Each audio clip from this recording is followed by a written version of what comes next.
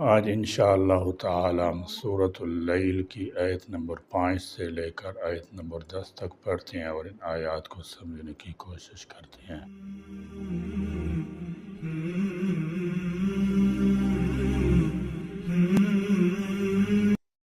اعوذ باللہ من الشیطان الرجیم، بسم اللہ الرحمن الرحیم۔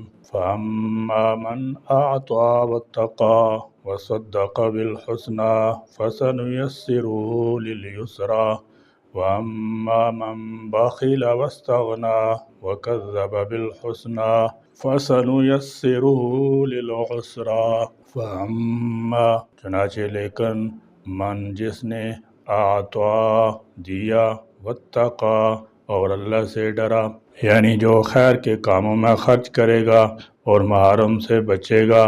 اس کے بعد اللہ تعالی جل شانہ نے ایک مخیر اور ایک بخیل شخص کی مثال بیان کر کے سمجھایا کہ دیکھو ہر ایک نے اپنی اپنی کوشش کے مطابق مختلف کام انجام دیے تو ان کے نتائج بھی مختلف برآمد ہوئے۔ ارشاد ہوتا ہے فَأَمَّا مَنْ أَعْطَى وَاتَّقَى، بہرحال جس نے مال خرچ کیا اور وہ بڑھتا بھی رہا، یعنی اس کی کوشش یہ ہے کہ نیکی کے لیے مال خرچ کرے۔ اعطا کا مطلب یہ ہے کہ وہ مال اللہ کی راہ میں خرچ کر رہا ہے، اس میں کنجوسی کا مادہ نہیں ہے۔ مفسرین کرام رحمۃ اللہ تعالی علیہ فرماتے ہیں کہ اس آیت میں سیدنا ابوبکر صدیق رضی اللہ تعالی عنہ کی طرف اشارہ ہے۔ آپ تجارت پیشہ اور مالدار تھے، رائے خدا میں خرچ کرنے میں ہمیشہ پیش ہوتے، بے شمار غلام اور لونڈیاں بھاری قیمت دے کر خریدتے اور اللہ کی راہ میں آزاد کر دیتے۔ ادھر امیہ بن خلف تھا جو سیدنا صدیق اکبر رضی اللہ تعالی عنہ سے بھی زیادہ مالدار تھا، بڑے بڑے غلام خرید رکھے تھے، نوکر چاکر تھے۔ ادھر طائف وغیرہ میں باغات اور زرعی زمین تھی، مگر یہ شخص حد درجے کا بخیل تھا، غریبوں پر ظلم کرتا تھا، ان کے حقوق غصب کرنا اس کا وتیرہ بن چکا تھا۔ جو غلام اور لونڈی ایمان قبول کر لیتے ان پر بڑے مظالم ڈھاتا تھا۔ وصدق اور اس نے تصدیق کی، بالحسنى نیک بات کی یا اچھے صلے کی تصدیق کرے گا، یعنی اس بات پر یقین رکھے گا کہ انفاق اور تقوی کا اللہ کی طرف سے عمدہ صلہ ملے گا، یعنی لوگوں کے اعمال اور ان کے نتائج ایک دوسرے سے متضاد اور مختلف ہیں۔ ان میں سے ایک گروہ کے اعمال یہ ہیں، نمبر 1 وہ اللہ کی راہ میں خرچ کرتا رہا، نمبر 2 اس نے اپنی ساری زندگی اللہ سے ڈرتے ہوئے اور اس کی فرما برداری میں گزار دی، نمبر 3 ہر بھلی بات کی تصدیق کی۔ بھلی بات سے مراد ایمان بالغیب بھی ہے، اللہ کی آیات بھی ہے، اللہ کی توحید بھی ہے، رسول کی تصدیق بھی اور اخلاق فاضلہ کی بجاوری بھی۔ گویا ان 3 مختصر سے الفاظ میں پوری شریعت کا خلاصہ پیش فرما دیا، تاکہ جو شخص یہ کام کرے گا اللہ اس کے لیے احکام شریعت پر چلنا اور جنت میں داخلہ کا مستحق ہونا آسان بنا دیتا ہے، اسے نیکی کی کاموں کی توفیق دیتا ہے، حتیٰ کہ بدی کی راہ پر چلنا اس کے لیے دشوار ہو جاتا ہے۔ یہاں سوال پیدا ہوتا ہے کہ اسی راہ کو اللہ تعالیٰ نے سورۃ البلد کی آیت نمبر 11 میں گھاٹی کی دشوار گزار راہ قرار دیا ہے، تو اس کا جواب یہ ہے کہ یہ راہ چونکہ خواہشات نفسانی کی مخالف ہے، اس لیے ابتداءً فی الواقع انسانی طبیعت پر بڑا بوجھ اور دشوار گزار راستہ معلوم ہوتا ہے، لیکن جب عزم صمیم کے ساتھ اس راستہ پر گامزن ہو جاتا ہے تو یہی راستہ اللہ تعالیٰ اس کے لیے آسان بنا دیتا ہے، بلکہ اسے یہی راہ آسان معلوم ہونے لگتی ہے، جس کا ایک پہلو یہ ہے کہ اس کے لیے رزق حلال اور کسب حلال کے دروازے کھلتے جاتے ہیں اور آرام کی کمائی کا اصول اسے سخت ناگوار محسوس ہونے لگتا ہے۔ یہ ایک فریق کا حال ہے۔ فَسَنُيَسِّرُهُ تو یقیناً ہم اسے سہولت دیں گے، لِلْيُسْرَى آسان راہ نیکی کے لیے۔ یسرا کا مطلب نیکی اور الخصلۃ الحسنی ہے، یعنی ہم اس کو نیکی اور اطاعت کی توفیق دیتے ہیں اور ان کو اس کے لیے آسان کر دیتے ہیں۔ مفسرین کے نام رحمۃ اللہ تعالی علیہ فرماتے ہیں کہ یہ ہے سیدنا ابوبکر صدیق رضی اللہ تعالی عنہ کے بارے میں نازل ہوئی، جنہوں نے 6 غلام آزاد کیے جنہیں اہل مکہ مسلمان ہونے کی وجہ سے سخت اذیت دیتے تھے۔ امیہ بن خلف بلال رضی اللہ تعالی عنہ کو جو اس کی غلامی میں تھے، دین سے منحرف کرنے کے لیے طرح طرح کی تکلیفیں دیتا اور انتہائی ظلم اور سختیاں کرتا تھا۔ ایک دن حضرت ابوبکر صدیق رضی اللہ تعالی عنہ نے دیکھا کہ امیہ نے حضرت بلال رضی اللہ تعالی عنہ کی گرم زمین پر ڈال کر تپتے ہوئے پتھر ان کے سینے پر رکھے ہیں، اور اس حال میں بھی ایمان کا کلمہ ان کی زبان پر جاری ہے۔ تو آپ رضی اللہ تعالی عنہ نے امیہ سے فرمایا، اے بد نصیب، تو ایک خدا پرست پر ایسی سختیاں کر رہا ہے۔ اس نے کہا، آپ کو اسے تکلیف ناگوار ہے تو اسے خرید لیجئے۔ آپ رضی اللہ تعالی عنہ نے مہنگی قیمت پر ان کو خرید کر آزاد کر دیا۔ اس پر یہ سورہ نازل ہوئی، اور اللہ تعالیٰ نے رات دن اور اپنی ذات کی قسم ذکر فرما کر ارشاد فرمایا کہ تمہاری کوششیں مختلف ہیں، یعنی سیدنا حضرت ابوبکر صدیق رضی اللہ تعالیٰ عنہ کی کوشش اور امیہ کی کوشش مختلف ہے، اور سیدنا حضرت ابوبکر صدیق رضی اللہ تعالیٰ عنہ اللہ تعالیٰ کی رضا کے طالب ہیں، اور امیہ حق کی دشمنی میں اندھا ہے۔ امام فخر الدین رازی رحمۃ اللہ تعالی علیہ لکھتے ہیں کہ امام غفار رحمۃ اللہ تعالی فرماتے ہیں کہ یہ صورت گوچہ حضرت ابوبکر صدیق رضی اللہ تعالی عنہ کے مسلمانوں پر اپنا مال خرچ کرنے اور امیہ بن خلف کے بخل اور اللہ تعالیٰ کے ساتھ کفر کرنے کے بارے میں نازل ہوئی ہے۔ البتہ اس کے معنی تمام لوگوں کو عام ہیں۔ وَأَمَّا، اور لیکن، مم، جس نے باخیلہ بخل کیا، واستغنا، اور بے پرواہ ہوا۔ اب دوسرے گروہوں کی مثال آتی ہے جو اللہ کی راہ میں خرچ نہیں کرتے، بلکہ وہ اما من بخیلا، اور جس نے بخل کیا، واستغنا، اور بے پرواہی اختیار کی۔ بخل ایک بہت بڑی بیماری ہے۔ حضور صلی اللہ تعالی علیہ وسلم کا فرمان ہے، یعنی بخل سے بڑھ کر کون سی بیماری ہے؟ فرمایا، بخیل کی حالت یہ ہے کہ ایسا شخص لوگوں سے دور ہے، اللہ سے دور ہے اور جنت سے دور ہے۔ واستغنا سے مراد یہ ہے کہ اسے اپنے مال پر غرور ہے اور وہ کسی کی پرواہ ہی نہیں کرتا۔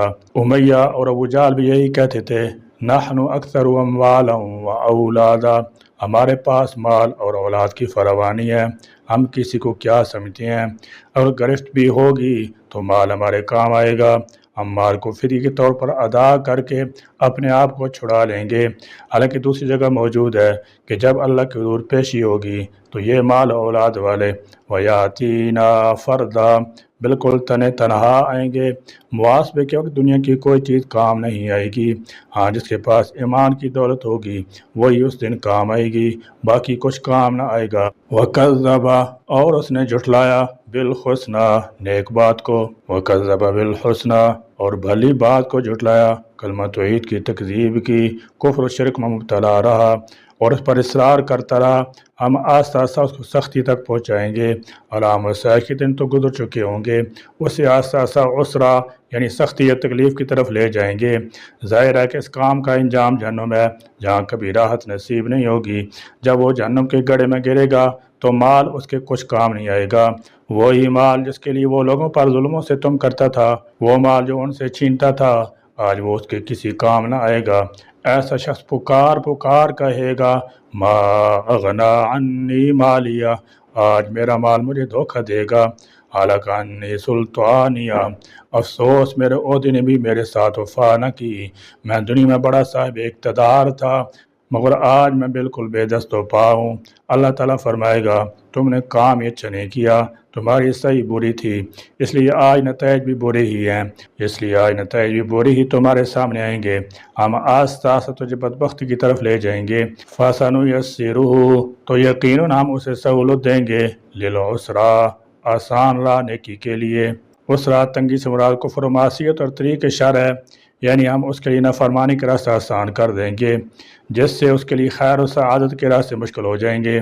قرآن مجید میں یہ مضمون کئی جگہ بیان کیا گیا ہے، جو خیر و رشد کا راستہ اپناتا ہے اس کے صلے میں اللہ اسے خیر کی توفیق سے نوازتا ہے، اور جو شر و معصیت کو اختیار کرتا ہے اللہ اس کو اس کے حال پر چھوڑ دیتا ہے، اور یہ اس تقدیر کے مطابق ہی ہوتا ہے جو اللہ نے اپنے علم سے لکھ رکھی ہے۔ یہ مضمون حدیث میں بھی بیان کیا گیا ہے۔ نبی کریم صلی اللہ تعالی علیہ وسلم نے فرمایا، تم عمل کرو، ہر شخص جس کام کے لیے پیدا کیا گیا ہے وہ اس کے لیے آسان کر دیا جاتا ہے، جو اہل سعادت سے ہوتا ہے اسے اہل سعادت والے عمل کی توفیق دے دی جاتی ہے، اور جو اہل شقاوت سے ہوتا ہے اس کے لیے اہل شقاوت والے عمل آسان کر دیے جاتے ہیں۔ مطلب یہ ہے کہ دوسرے فریق کی صفات اور عادات پہلے فریق سے بالکل مختلف اور متضاد ہیں، یعنی وہ اللہ کی راہ میں ہرگز مال خرچ کرنے کو تیار نہیں ہوتا اور اگر خرچ کرتا ہے تو اپنی ذات پر خرچ کرتا ہے یا ایسے کاموں میں خرچ کرتا ہے جن سے اس کی شہرت یا اس کی فیاضی کا چرچا ہو۔ اپنی زندگی ایسے بسر کرتا ہے جیسے اس کا خالق مالک اس کے سر پر ہے ہی نہیں، اور اگر زبانی اقرار کرتا بھی ہے تو اپنی عملی زندگی میں اس کے احکام سے بالکل بے نیاز رہتا ہے اور ہر بھلائی کی بات کو جھٹلا دیتا ہے۔ ایسے لوگوں کے لیے اللہ تعالیٰ جہنم کا راستہ آسان اور نیکی اور بھلائی کی راہیں بہت مشکل بنا دیتا ہے۔ ان کی زندگی گناہ اور حرام کاموں میں گزرتی ہے۔ وہ کسب حرام اور رزق حرام سے ایسے مانوس ہوتے ہیں کہ رزق حلال کی انہیں کوئی راہ نہ پسند آتی ہے اور نہ ان کے لیے آسان ہوتی ہے۔ سیدنا حضرت بن عباس رضی اللہ تعالیٰ عنہ کہتے ہیں وَكَذَّبَ بِالْحُسْنَى کا معنی یہ ہے کہ اس کو یہ یقین نہیں کہ اللہ کی راہ میں جو خرچ کرے گا اللہ اس سے اس کا بدلہ دے گا۔ سیدنا حضرت ابو ہریرہ رضی اللہ تعالیٰ عنہ کہتے ہیں کہ آپ صلی اللہ تعالیٰ علیہ وسلم نے فرمایا ہر صبح 2 فرشتے نازل ہوتے ہیں، ایک یہ کہتا ہے اے اللہ کی راہ میں خرچ کرنے والے کو اس کے عوض اور مال دے، اور دوسرا کہتا ہے اے اللہ بخل کرنے والے کے مال کو تلف کر دے۔ سیدنا حضرت علی رضی اللہ تعالیٰ روایت ہے کہ ہم بقیع میں ایک جنازے میں شریک تھے، اتنے میں آپ صلی اللہ تعالیٰ علیہ وسلم تشریف لائے۔ آپ صلی اللہ تعالیٰ علیہ وسلم بیٹھ گئے تو ہم سب آپ صلی اللہ تعالیٰ علیہ وسلم کے ارد گرد بیٹھ گئے۔ آپ صلی اللہ تعالیٰ علیہ وسلم کے ہاتھ میں ایک چھڑی تھی۔ آپ صلی اللہ تعالیٰ علیہ وسلم سر جھکا کر چھڑی سے زمین کو رید رہے تھے جیسے گہری سوچ میں۔ پھر فرمایا تم میں سے جو شخص پیدا ہوا ہے اس کا ٹھکانہ لکھ دیا گیا ہے جنت میں یا دوزخ میں، اور یہ بھی لکھا جا چکا ہے کہ وہ نیک بخت ہے یا بدبخت۔ اس پر ایک شخص بولا یا رسول اللہ صلی اللہ تعالی وسلم، پھر ہم اپنی قسمت کے لکھے اوپر بھروسہ کرتے ہوئے عمل کرنا چھوڑ نہ دیں، کیونکہ جو نیک بختوں میں لکھا گیا ہے وہ بالآخر نیک بختوں میں شامل ہوگا، اور جو بدبخت لکھا گیا ہے وہ بالآخر بدبختوں میں شامل ہوگا۔ آپ صلی اللہ تعالی علیہ وسلم نے فرمایا نہیں بلکہ عمل کیے جاؤ، کیونکہ جو نیک بخت لکھے گئے ہیں انہیں نیک اعمال کی توفیق دی جاتی ہے، اور جو بدبخت لکھے گئے ہیں انہیں ویسی توفیق دی جاتی ہے۔ پھر آپ صلی اللہ تعالی علیہ وسلم نے یہ آیات پڑھی اللہ تعالی ہمیں اپنی راہ میں مال خرچ کرنے میں بخل کرنے سے بچنے اور اپنی آخری پرواہ اور فکر کرنے اور دین اسلام کو مانتے رہنے کی توفیق عطا فرمائے، آمین یا رب العالمین۔ وآخر دعوانا الحمد للہ رب العالمین۔